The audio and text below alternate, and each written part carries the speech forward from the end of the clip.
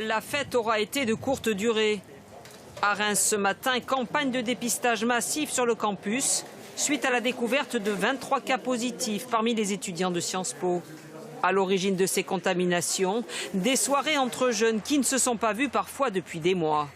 On a besoin de voir les gens en face, de leur parler, d'être dans une ambiance festive un peu. En plus, c'est la rentrée. Donc nous, en tant que deuxième année, on a déjà nos cercles d'amis, c'est plus facile. Mais quand on est en première année, qu'il s'agit de s'intégrer, forcément, ça peut être compliqué pour la suite. Et c'est vrai que c'est impossible d'arrêter totalement de voir ses amis, surtout quand on est tous revenus à Reims. On fait attention, mais on essaie de se voir un maximum en petits cercles, quoi. Le foyer épidémique a peut-être commencé fin août, ici, dans cette brasserie juste en face du campus, lors d'une soirée d'intégration.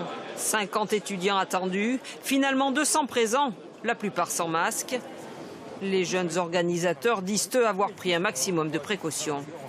On distribuait du gel, on contrôlait les gens, ils venaient avec leur masque.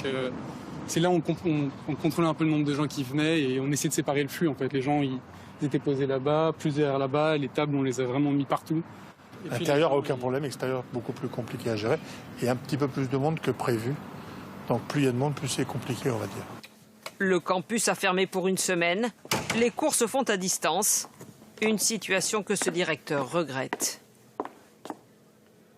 Je pense que c'est une très forte leçon pour chacune et chacun de nos étudiants, mais de l'ensemble des étudiants en France et ailleurs, de savoir que des comportements à risque individuel ont des conséquences collectives. Des conséquences collectives et sur tout le territoire. Au moins une douzaine de foyers épidémiques étudiants recensés à ce jour dans l'Hexagone. Les opérations de test se multiplient, comme ici avec les étudiants de Rennes. Mais à ce jour, seules les villes de Bordeaux et de Marseille ont pris des mesures drastiques.